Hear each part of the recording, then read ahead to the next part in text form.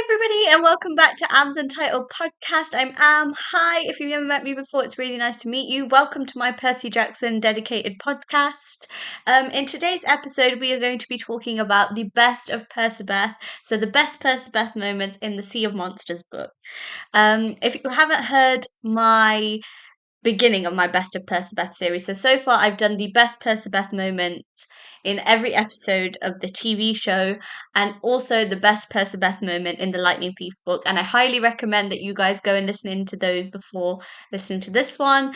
So let's get started. So the first scene that we're going to be talking about is when Percy is on his way to school, but he can feel a shadow sort of overseeing him and following him around. Now, he doesn't know who it is, he just can sense a presence behind him.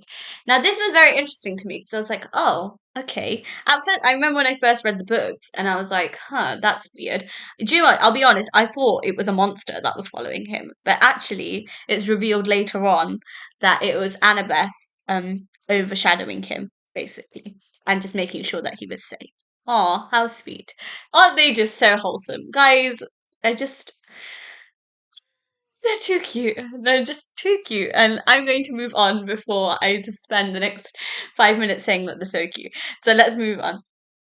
This scene is probably one of my favorite scenes. It's probably my favorite thing that Percy has ever done. And Percy opens his notebook, and in there is a picture of Annabeth at Disney World. Can I just say, what an absolute simp! Like, how am I supposed to believe that Annabeth fell for this guy first when he literally carries her picture around with him? Like, the guy literally printed off the picture. She emailed it to him, right? And he printed it off so he can look at it.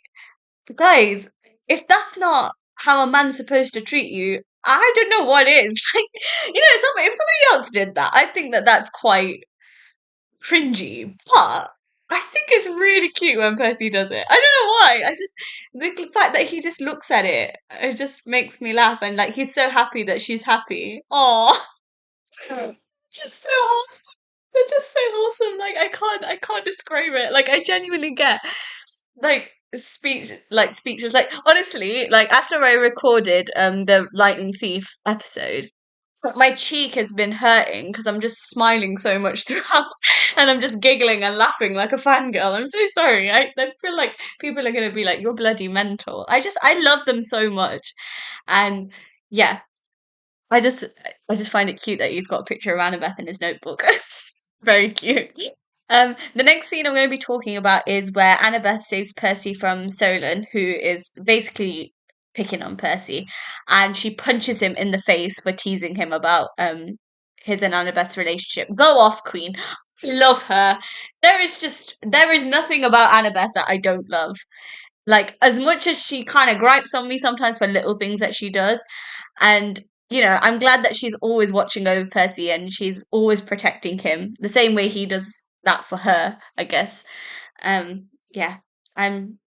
Yeah, I love that she couldn't take somebody picking on Percy in front of her. She had to go and punch them in the face. I love it.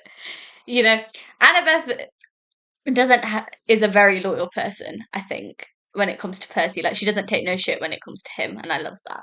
The next Percabeth moment that we're going to be talking about is, of course, now we know that the Annabeth reveals to Percy that she was the shadow watching over him. Is It was a quote by Percy where he says, "I missed Annabeth more than I would like to admit." Oh, they really just have something so special. Like, from now, he already cares so much about her. Like, he hasn't known Annabeth this long, and he already just, I don't know, just, I don't know. I don't know what it is. They're just so, I'm running out of words, guys. That's what I mean. Like, I just go speechless when it comes to them. And I think that says more about Rick's writing than anything. The ability to make me go quiet talking about special moments is just, oh, beautiful. And what's so interesting to me about the book is that, Percy never really talks about his feelings to anybody. Like, if you look at the amount of dialogue in the book, there isn't that much, like, believe it or not. Like the book isn't walking and talking. Like, a lot of it is just us hearing Percy's internal monologue. Like, he doesn't really share his feelings with other people. But I love that he always mentions Annabeth to the reader. So he knows that somebody's listening in, and Annabeth's name always comes up. There's always something to do with her.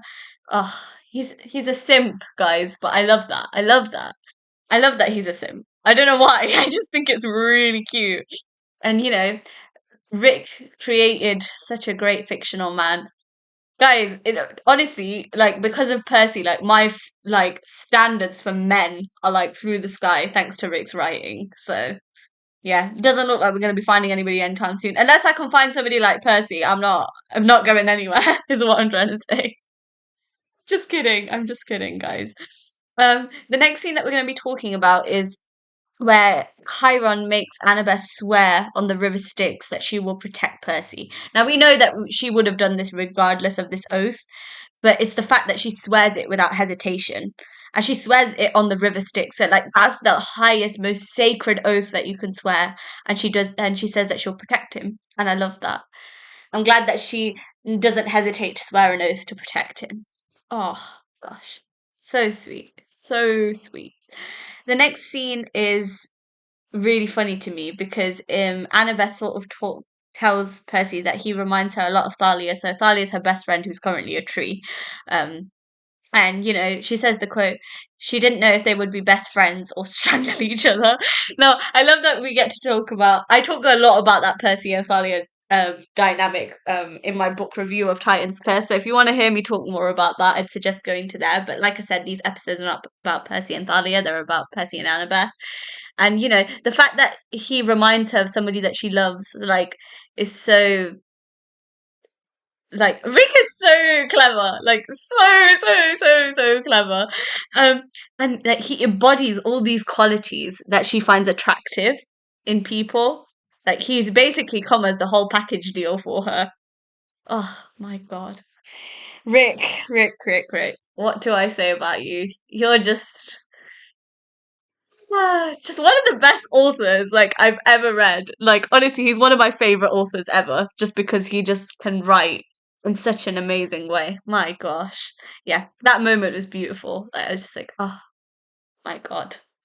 Oh, they're just guys, they're too cute. Like I can't describe how much my face is hurting from smiling so much because yeah. I can see why Annabeth, like, they talk about her having feelings for Percy since they were young. I can see why. I can see why. The next scene we're going to talk about is on Circe's island and resort, where Percy, of course, gets turned into a guinea pig by Circe. And the quote is, I mean, she looked good, really good. I probably would have been tongue tied if I could have said anything besides so cute. He's still in awe of her because of course Annabeth comes. She's been all done up by Circe, and Percy is not missing the chance to compliment her. I guess even in guinea pig form, which is so cute. I love that he's always in awe of her, and that's amazing. Like there's nothing she can do that doesn't catch him off guard, I guess. And of course, she's very beautiful as well. Not just on the inside, but on the outside. Oh gosh. Percy is the kind of man every girl dreams, every girl and guy actually dreams of. Everybody wants a Percy.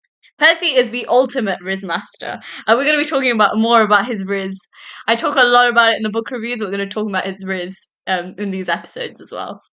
The next scene that I want to talk about is just a little tiny moment that makes me very happy is after Percy is transformed back to himself and they're running away and there's this moment where Annabeth just hugs him. And it's one of the more intimate things that happen for a long time, like physical intimacy I'm talking about. Like, because of course, like, sorry, spoiler alert if you haven't read the books, but they don't kiss till book 4. So for now, a hug is the best that I'm gonna get, and I'll take it. I love it. It's so cute.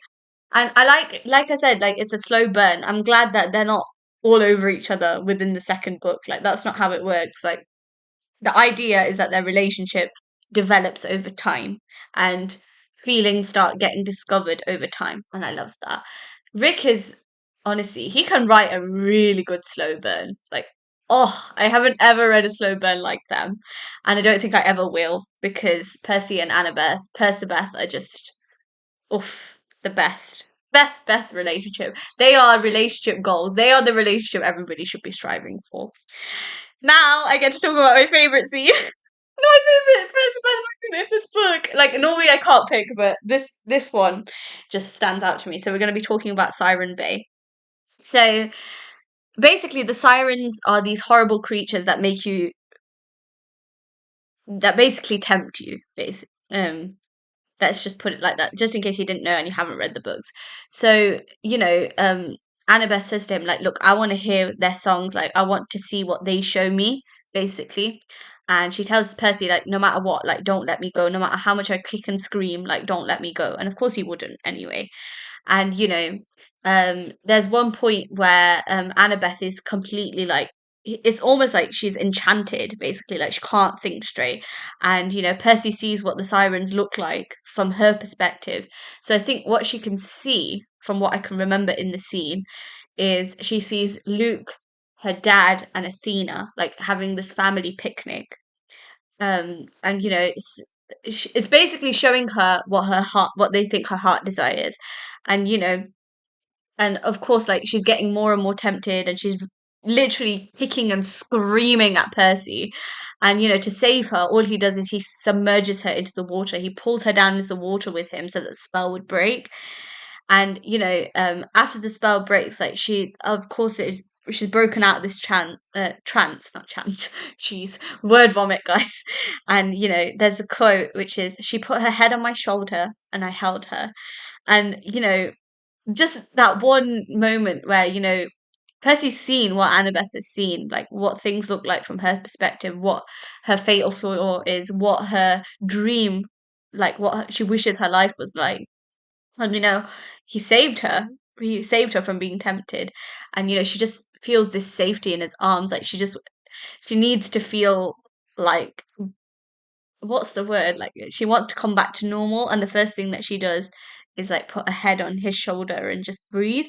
Oh God. And the fact that Percy doesn't let her go either. Oh gosh. Oh, oh my gosh. Oh my God. Oh my God. Wow. Wow. Wow. What a scene.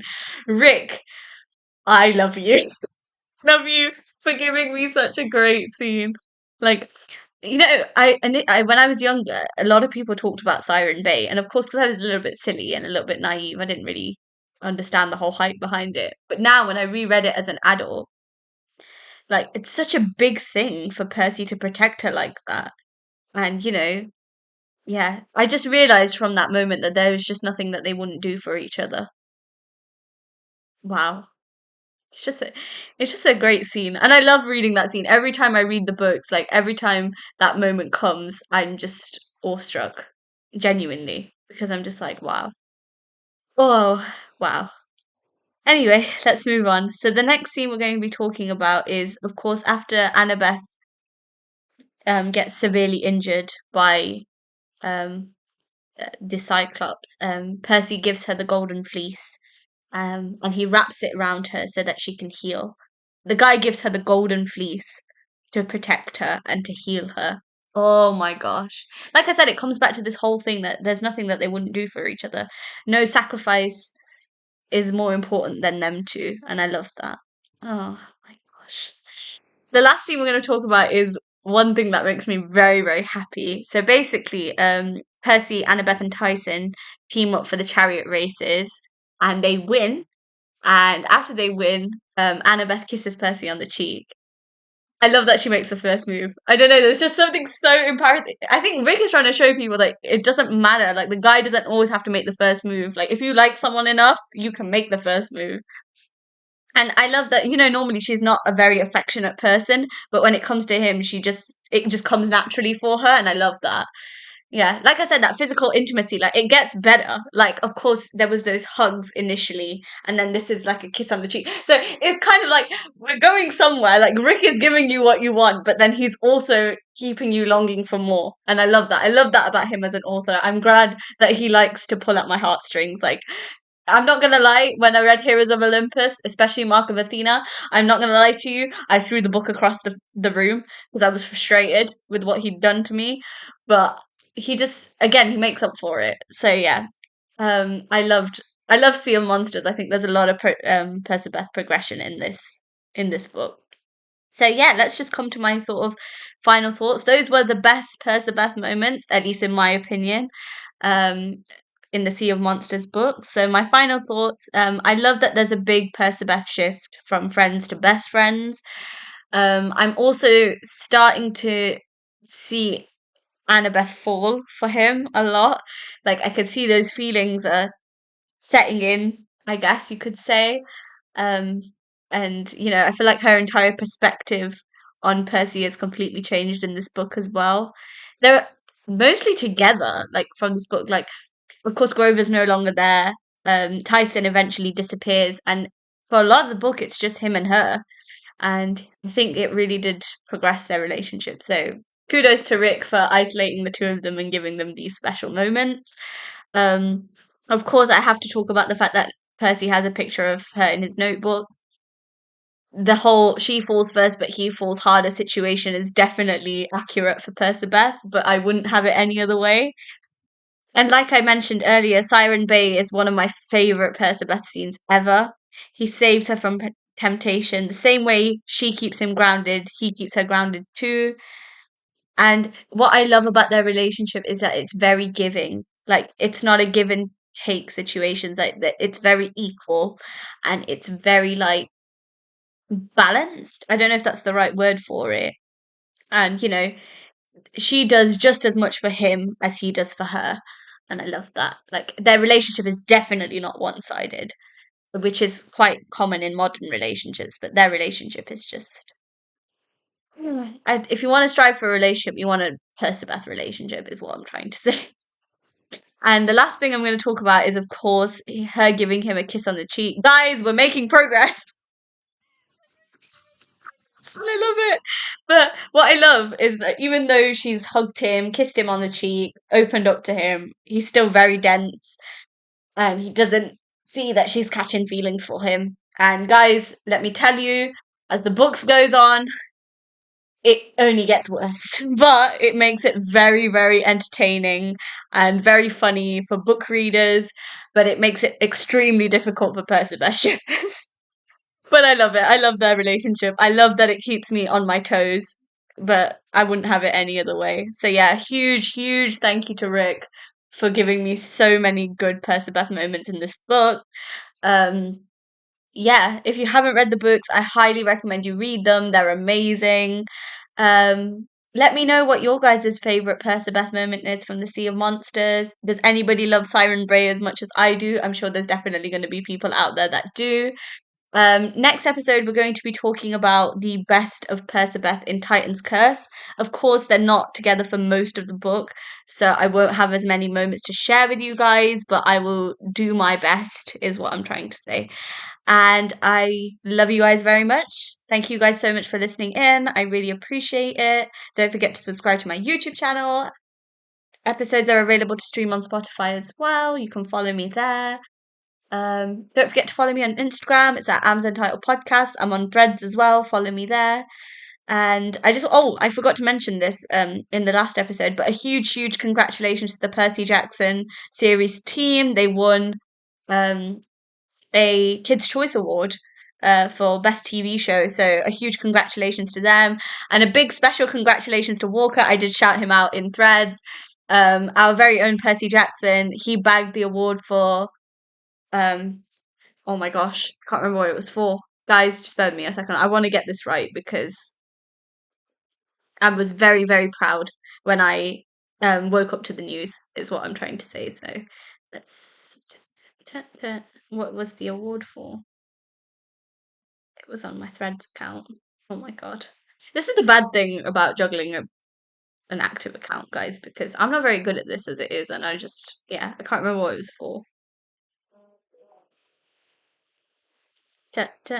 Sorry. I love that it's just gone quiet for a second while I'm trying to find it.